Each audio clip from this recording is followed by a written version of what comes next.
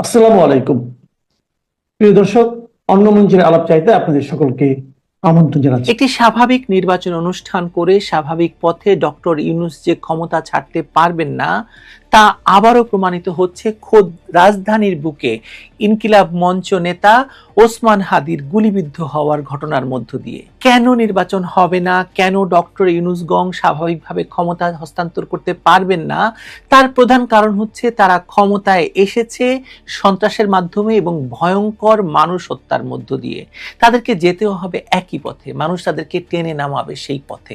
ওসমান হাদিকে হত্যা চেষ্টার পেছনে আর কোনো কারণ নেই নির্বাচন ঠেকানো ছাড়া, ইউনূসের ক্ষমতা ছাড়ার প্রক্রিয়াকে রক্তাক্ত করা ছাড়া। বিএনপি ফেব্রুয়ারিতে নির্বাচন চেয়েছে, কিন্তু কারা ফেব্রুয়ারিতে নির্বাচন চায়নি সে কথা আমরা সকলে জানি।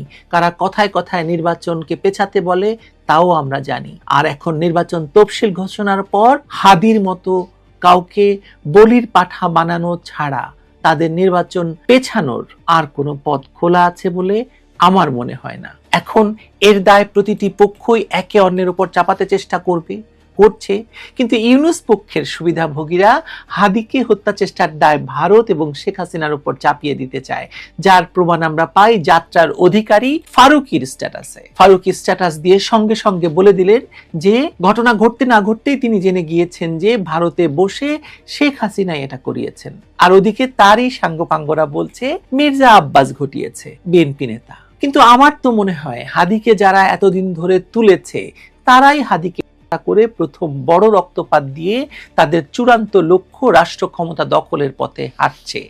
এতদিন তারা আধা খেচড়া ভাবে ক্ষমতা ভোগ করছিল, এবার তারা চূড়ান্ত নিয়ন্ত্রণ চায় ক্ষমতার।